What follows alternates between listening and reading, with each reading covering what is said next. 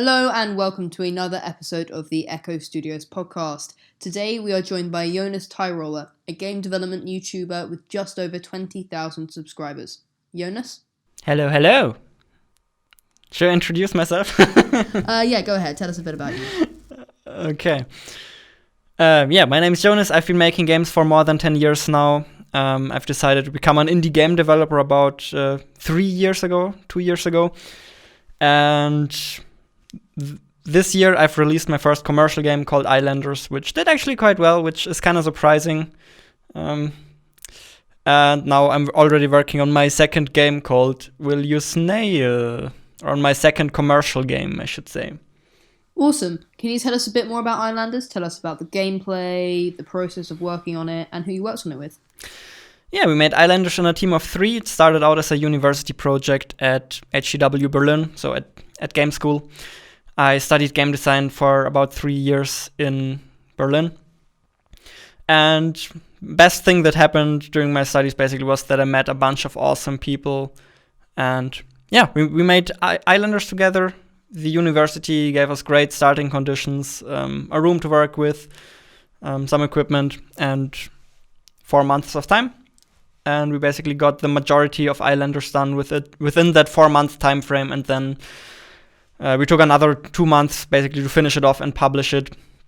And in Islanders, what you do is it's a city building game, but a very, very minimalistic one, which is mostly due to the fact that we didn't have a lot of time to develop it, right? So we had to keep it very, very simple. So we just ran with it and absolutely cut everything away that wasn't absolutely necessary. So it's basically a city building game without any resources, and you just get points for placing buildings. And if you get enough points for placing your buildings, then you get more buildings. So you don't even have any resources, and you just have an inventory with buildings that you can drag onto the map. The better you place your buildings, the more points you get, and the more points you get, the more new buildings you get. When you run out of buildings, it's game over. So it's a city building high score game. Brilliant. I think that's pretty much all we needed to know. Can you tell us about You Use Snail? Yep. So currently the 2 guys I made Islanders with are busy with finishing their studies and holidays and all kinds of other stuff. So I had to bridge a little bit of time. So at the moment I'm working on a solo project called You Use Snail, which is a platformer game with the twist that you're going up against a superhuman evil AI that tries to destroy you. So you try to reach the end of the level while it is placing traps in real time. And then I've also recorded about 700, 800 voice lines already. And the AI just keeps taunting you for all of the mistakes you make. And it feels like a real head-to-head battle with that AI, basically. That is the main selling point of that game. It's supposed to feel like an intellectual battle where the AI tries to outsmart you and you try to outsmart the AI. Of course, it's not a super advanced AI or anything, but I hope I'll manage to capture that illusion. Yeah. Well, you've certainly done a great job, and it's clear to see you've put a lot of effort into it, recording so many lines. But from what I saw in your latest video, you're not quite done with them, are you? Yeah, I'll probably add a couple more, yeah. Currently, I'm trying to finish the minimum viable product of You Use Snail, or I'm probably already past the minimal viable product, but I'm trying to finish it off in a way where, in the worst case scenario, I could just hit the publish button, because I feel like that just would put a lot of stress off of my shoulders. When I just know, okay, in the worst case scenario, I could just hit the publish button and I would be fine. So basically, I'm trying to get it to a finished state, and then once it's finished, then I can still improve it further. That is my plan right now. Yeah. And you're making that with Game Maker Studio, right? That is correct. I've started game development with Game Maker Studio. That was the first engine I've learned, and then around 4 years ago, when I started studying game design in Berlin, is when I learned Unity as well. So both of those engines, both Unity as well as Game Maker, are pretty epic. I like using both of those. Both have different up and down sides a little bit. I think for bigger game projects like You Use Snail and Islanders, I definitely use Unity next time. But Game Maker is really great for game jams, etc. All right, got it. And what do you know about other game engines such as Unreal or Godot? Both Unreal and Godot, I've not really worked with a lot. I've tried Unreal for like half a day, and I've tried Godot for about 1 day for the Let's Try Godot video I made on my channel. So yeah, basically, I don't know enough about those engines to tell you anything meaningful about it. All right. So when you went through the stage of releasing Islanders, what was your process for getting a game out there? Tell us what it takes to release a game on a platform like Steam. There's of course a video on my channel that goes step by step through that process on how to release a game on Steam. It's generally releasing something on Steam is not very complicated. You just need some sort of legal entity that you can use to sell your games. You can either sign up as a solo developer or as a company, but there needs to be some way you can pay your taxes, basically. And that's it. Then you pay Steam $100 and then you can upload a game. So there's a $100 submission fee if you want to upload something to Steam. And then the upload process to Steam is, of course, a bit annoying as well. Does it take a long time? No, not necessarily, but like it's not like on itch.io where you just upload the file. It's a bit more complicated, but I think they're working on that. So basically the way most people upload their games at the moment onto Steam is with a command line tool. You basically have to hack in command lines, and then you need to set up certain files that contain all of the data of your game, your app ID, etc. And that is a little bit frustrating. For example, I can remember helping Blackthorn with that when he published The Dreadful Whispers. The Dreadful Whispers, thank you very much. Yeah, he struggled with that as well, and so did we when we first tried this. I was a little lucky because the two guys I worked with, Friedemann and Paul, have already released a game before called Superflight. You might have seen that as well, the other game by Grizzly Games. I was not part of the development team of that. That was a different team. But it's a great game as well. Can recommend you check it out, for sure. Will do. So I've heard that Steam also take a percentage of the revenue you make from the game. Yeah, that's true. How much is that? Like 25%? No, they take 30%, which is quite a bit, actually. That's quite a bit. I wonder if they'll reduce the percentage sometime soon. I mean, Epic Store has 12% or something like that. So that of course makes the Epic Store even more attractive. It's already starting to steal all of the games. Still, you still have the disadvantage on Epic, of course, that the player base is still not quite as massive as on Steam. Plus, the general user experience on Steam is still better. It's easier to refund games, etc., etc. And generally, people don't like having their game libraries split between different platforms. So, I think Steam is still probably the best option right now to release your game, but should probably definitely keep your eyes open. I have a feeling that might change in the future. But I have no idea. Steam worked for us. We just released on Steam. Yeah, fair enough. Yeah. And how was the success of Islanders? So how many downloads did you get? I don't think I've shared the exact numbers, have I? Well, let's just say it got a crap ton of downloads. It got over 300,000 downloads, I think, by now. Oh, wow. So it did really surprisingly well. And the game is about $5, right? Yeah, it's $5. So if you run the math on that, then you obviously get a ridiculously high number, which I can guarantee you is not the amount of money I have on my bank account right now.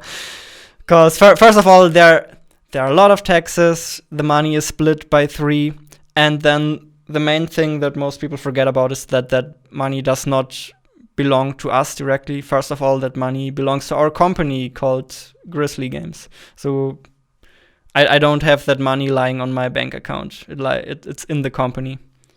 Yeah. Okay, got it. Kind of unfortunate. No, it's not really unfortunate because we can obviously use it to make more games. We can use it to uh, pay ourselves a nice salary for a couple of years. So yeah, but still, it's actually not as insane, not that as much money as you make it out to be. It's like enough to cover our expenses for maybe 2 or 3 years tops. I think, yeah. I mean, it's still pretty good. Yeah, I mean, it's for a first game. This is amazing. Like, I'm not trying to complain here. Like, I have no idea how this happened. I'm extremely happy with how this turned out. Don't get me wrong. Well, you had a smaller fan base at the time, right? You only had around 5,000 subscribers, so clearly not all the downloads came from your followers. Yeah, we're probably more like 1,000 or 2,000. Yeah, exactly. So not all of the downloads would have come from your fan base, which is No. impressive. Game speaks for itself. No, the most of the downloads came directly from Steam. So in that sense, Steam really paid off for us because Steam basically did a lot of the marketing for us, right? If of course Steam works similar to the YouTube algorithm. If Steam sees that people download a game a lot, if there's a high click-through rate on the thumbnail, and if then there's a high conversion rate to people actually buying the game, then of course Steam will show the game to more people. And I think that is what happened to us. That we had just a very nice looking game at a very low price. So we probably had a pretty good conversion rate for people coming to our site and downloading the game. Just those impulse buys. And just in general, I feel like the look of the game made such a massive difference. And of course, our artist Friedemann did just an amazing job with that. Well, yeah, it does look incredible. Yeah, exactly. And that's such a big advantage when you see a screenshot and it instantly makes you want to play the game. And I feel like that's, for a lot of people, that's the case with Islanders. Where when they see a screenshot, they want to play it. Or when they see somebody else play it, they want to try it as well. And then they see it's only $5, so it's an easy sell. Yeah. For a lot of people, yeah. But that's interesting because there's been a rise of these free games that rely on ads for their revenue and more subscription-based services such as Apple Arcade, where you pay a monthly fee. Mm-hmm. Yeah, that is super interesting, but that is not the case on Steam yet. I'm actually really curious if that'll come to PC storefronts as well sometime. I think it probably will, right? It only makes sense. Well, Steam could run a system similar to like a Steam Premium where you pay a certain amount per month and then you can get 50% off of games. That would be interesting, right? Yeah, that would be interesting as well, true. And that would give a massive benefit to YouTubers who already have that fan base. They'll be able to give away discount codes and similar. A lot of opportunities. I have no idea where it goes, but I want to find out. I'm curious. But yeah, what do you actually think of these subscription-based services such as Apple Arcade? I think from a consumer perspective, these services are absolutely awesome. I feel like they could definitely revive mobile games. Because mobile games have been pretty stupid for a pretty long time due to crappy monetization methods. And I feel like having a ton of free games that you can just play, or a lot of games that you can just play in one package without any stupid monetization in them, that is definitely, from a consumer perspective, that is definitely very, very appealing to me. And from what I've seen in the Apple Arcade, there are a lot of pretty great games in there. So I think, yeah, from a consumer perspective, it's awesome. From a developer perspective, I'm not quite sure yet. I mean, if you can make it into Apple Arcade, then at the moment it's probably pretty great, let's be real.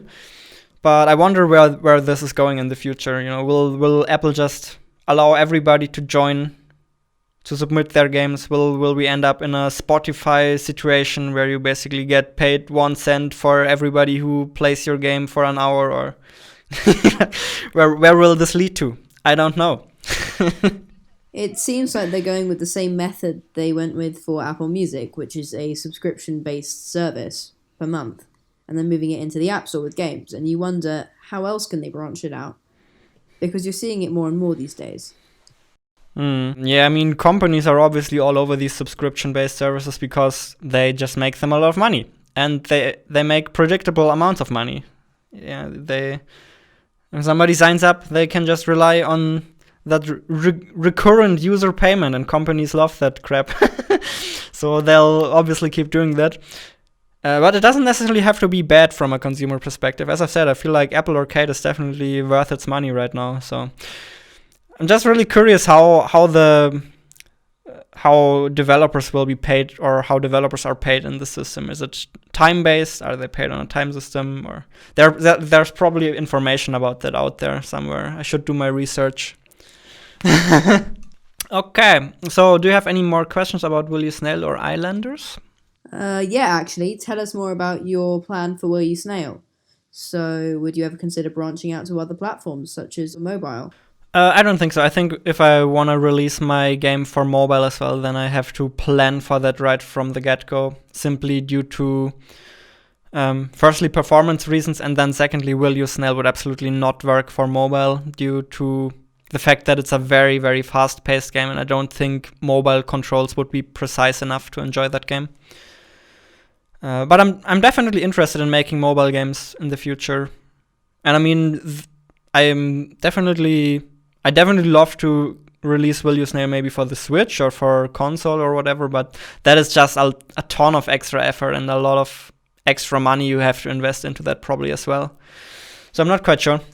Yeah, when you mentioned that it wouldn't work for mobile, then I realized, yeah, of course it would work for Switch. Yeah, that would work. Yeah, sure. Yeah, I wish porting to the Switch were just one button, but it's probably not. It's probably a bit more stressful. You know, in the best case scenario, you have to get a development kit from Nintendo so you can test it, and it's just probably all a bit more stressful than it sounds at first. But I'll look into it. We'll see. Alrighty. So, over the last few years, there's been an increasing amount of games following this hyper-casual style, which are these games on mobile which involve one tap or one swipe or very simple controls.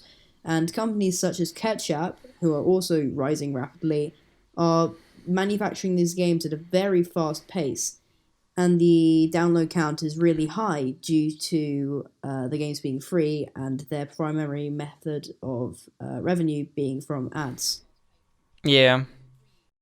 So that is mostly happening on mobile right now, right? Is this a thing on Steam, on PC as well? Those hyper casual games. I guess there are a couple of them on Steam. Well, there may be a few on Steam, but they're primarily available on mobile platforms because the whole theme of this genre is being quick and easy to play, and that is best for situations where you'd have your phone on you. Yeah, I'll just once again be very straight up that I don't really have a lot of ideas about mobile games, about what works for mobile games, what doesn't work for mobile games. I don't really have a lot of experience with that.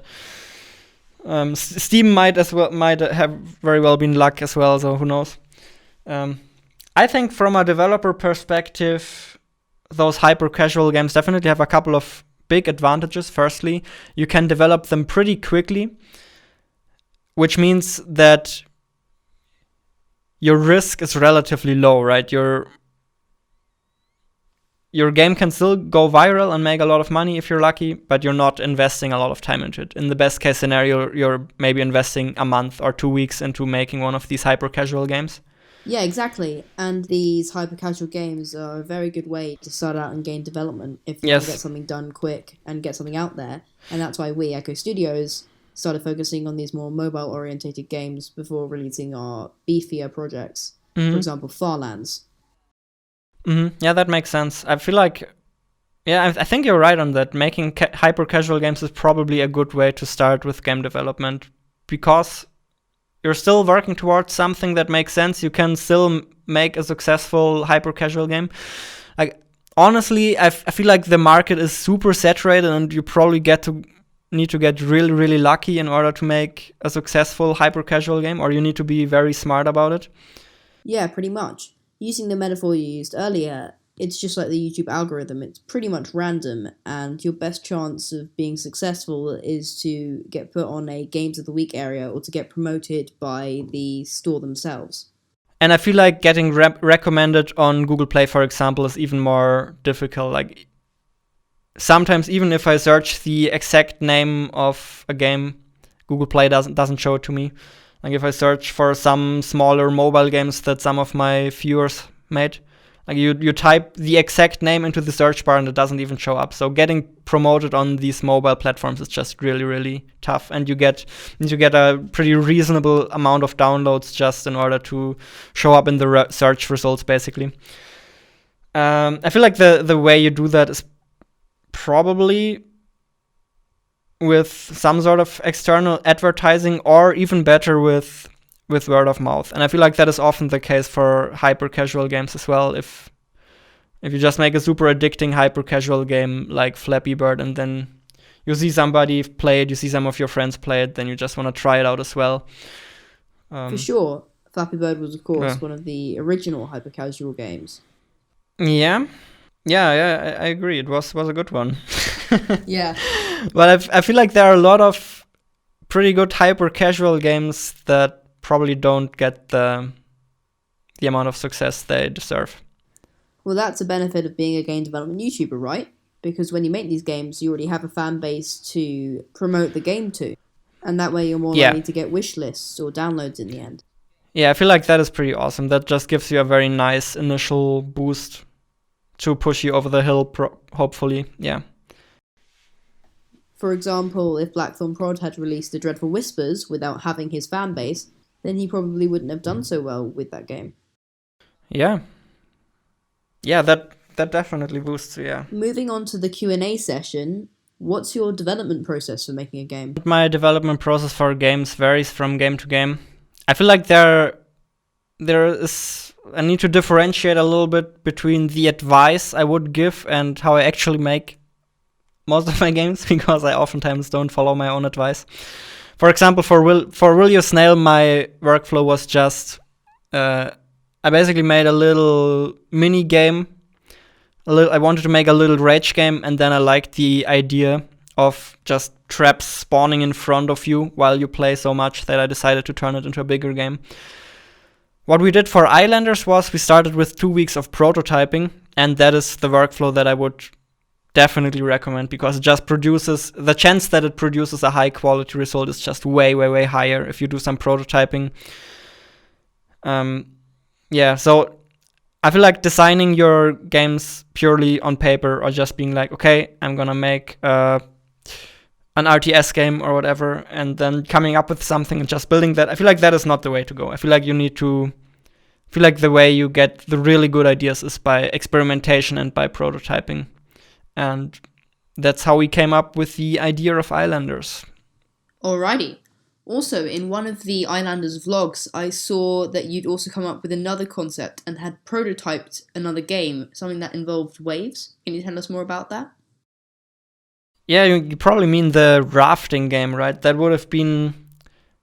So in the first week of prototyping, we just threw a lot of different things on the wall, from little traveling games to city builders to rafting to, all kinds of crazy stuff. The rafting game was pretty fun as well, actually. So in the rafting game, you just controlled a boat filled with people, and you had to drive the boat down a river, and you had to try to keep all of the people in the boat. And then there were waves and currents, etc., that could throw your boat off. So it was a 3D low poly game as well. And it was actually pretty fun. The reason why we decided against it is firstly because our city builder idea was at that point already quite promising as well. And secondly, from a technical standpoint, making the water look visually appealing was just too much of a challenge for us at that point. Because as I've said earlier, we had a very limited time window. We had like 4 months, and we just didn't want to spend that on figuring out how to do water for our game. So we went with Islanders, which has water as well, but like it doesn't have crazy currents and swirls and stuff like that. So that made it a lot easier. Next question, what do you value in a video game, and can you tell us some of your favorite games as well? Yeah, so that obviously comes down to preference. I personally really like games that don't waste my time. I really like short games as well, like Inside, for example, was a great example. It's just a nice 4 to 5 hour experience that I can play through, and that gives me a great time. I love those kind of games that don't waste my time, or where I feel they don't waste my time. So I think that is the number one thing I value in games. Yeah. We were talking earlier about how so many games are just so similar. What are some games which stand out to you as being specifically unique, if there are any? Yeah, of course. Obviously, it's always an advantage if a game is unique in some shape or form. A couple of days ago, I played Florence on mobile, which I thought was quite unique because it's a game that tells a story. It's a very short game as well, and has a couple of very simple interactions. You really doesn't have a lot of gameplay, but all of the game mechanics in the game are used to tell the story. So I found that pretty unique and interesting, and I enjoyed that. I've heard it has a really unique art style. Yeah, that too. Then of course, I mean, Portal is another great example of just doing something unique. I love that game as well. And then, of course, there is Undertale, which was a great game. There are a lot of games that stand out because they're unique. In fact, I feel like most successful games have probably something unique about them. Okay, moving on. You've taken part in multiple game jams in the past. Can you tell us more about your experiences with them? Some of your favorites, perhaps? Yeah, I've taken part in quite a couple of online game jams, and I like doing them. They generate nice content for YouTube, and it's also a nice opportunity to get together with some of my friends that I don't work with as often and just create something cool with them. That's mostly why I like game jams. And of course, they can take your mind off of your main project. You already know that they're not gonna block your schedule forever. It's just gonna be 2 or 3 days, and then you can close that box and continue onwards with your main project. And that's what's pretty epic about game jams. And also for beginners, I feel like game jams are pretty epic to get into game development, to learn, to meet people in the game dev community. I can definitely recommend participating in game jams. It's awesome. Yes, of course, and it's a fantastic learning experience because game jams provide you with criteria to meet, and those criteria can educate you on the many different aspects of making a video game. Yeah, that's another big advantage. You get people to play your game and get feedback. Good point. So tell us some more about the game jams that you've taken part in. I think I've taken part in 3 Ludum Dare game jams. I've taken part in have I taken part in the GMTK? No, I have not taken part in the GMTK game jam. I've taken part in one of the gym jams, one of the game jams by Tim Ruswick. And I've also hosted my own game jam, Wowie Jam, at the beginning of this year. Wowie Jam will also return probably at the beginning of 2020. We'd definitely be interested in competing. Yeah, do that. So at the beginning of October, we took part in our first game jam as a team. It was Ludum Dare 45, and we ended up finishing in the region of the 500s. Oh, that's not bad for 2,000-something submissions. That's quite decent. Yeah, let me check what our rating was again in the last Ludum Dare. Let's flex a little bit. Oh yeah, we're overall on the 17th place with our game Flubby Farm. Oh, that's pretty good. Yeah, that is pretty nice, yeah. So I have a few questions for you that the Echo Studios team have submitted. Sure. And one of them is, do you use pseudocode? No. Solid answer. Okay, moving on. I think it's a good idea though. Like, definitely do that. I feel like that will definitely result in a cleaner code structure, because that way you can, of course, plan your game a lot more tightly. The issue with Will You Snail I'm having is that I'm often prototyping different stuff, so just if you know what you want to code, then you can do it a lot more cleanly than if you're still messing around and prototyping different stuff. Yeah, that makes sense. So of course, if you know what you want to build, then I feel like it makes a lot of sense. If you're just prototyping and messing around, then probably not. All right. Yeah. Next question. What are your favorite parts of game development? I love the diversity of game development. I love that it allows me to do a lot of different things. From today I did music production, for example. Last week I recorded voice lines. The week before that I did coding. Perhaps I'll do a little bit of art this week as well. So I love the variety. I love the fact that I can do multiple things. I love the fact that I can design experiences for other people. I love games. I love making them. What can I say? Yeah. I hope that I can make a positive impact on people's lives with my game. That's what I hope for. All right, perfect. Let's move on to the complete opposite. What are your least favorite parts of game development? I probably dislike the repetitive stuff the most and the stuff that feels less creative. For example, UI coding is just oftentimes a lot of effort and there's not a lot of creative freedom. You just have to make it work. Bug fixing, performance optimization, so all of that technical under the hood stuff that you kind of have to do, but where there's not really anything creative you can do with it. Those are the parts I dislike the most, probably. So, now I'm going to ask you a question which we asked Taylor last week, and that is, why did you get into game development, and how did you get into game development? What started it all off for you? I've started making games a long time ago with a program called Game Maker. And the reason for that was just that I really liked playing games, and I actually liked making games as well. On paper, I made a lot of paper games. I basically and entertained the children in the neighborhood with various games outside. So I just liked making games. So my dad noticed that, and he introduced me to Game Maker. Luckily, he is a programmer, so he could introduce me to the basics, and that's how I got started. I slowly fell in love with making games, and I never let go. And I never will. Yeah. And how did you learn? Was it through your father, or was it through online tutorials? How did you learn Game Maker, and how did you eventually learn Unity? You mentioned university. So for Game Maker, it was just one step at a time. I just made a crap load of games and figured out stuff as I went. So sometimes I asked my dad for help, maybe to figure something out when I was smaller. But I also actually think I learned a couple of things also just by trial and error. And then, of course, eventually I figured out how to use the manual and look up things that I don't know.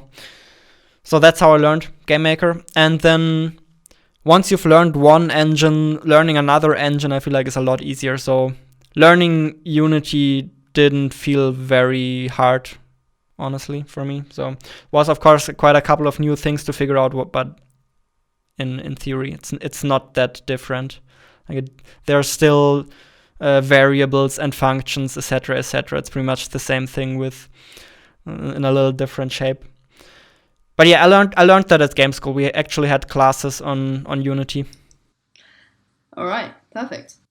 Thank you very much, Jonas, for taking part in this podcast. I really appreciate it, and I'm sure that the whole of Echo Studios will be just as thankful as I am. Thanks for watching this Echo Studios video. If you want to see more of me, you can check out my channel, which is linked below. And if you want to see more videos by Echo Studios, be sure to subscribe. Goodbye. Goodbye.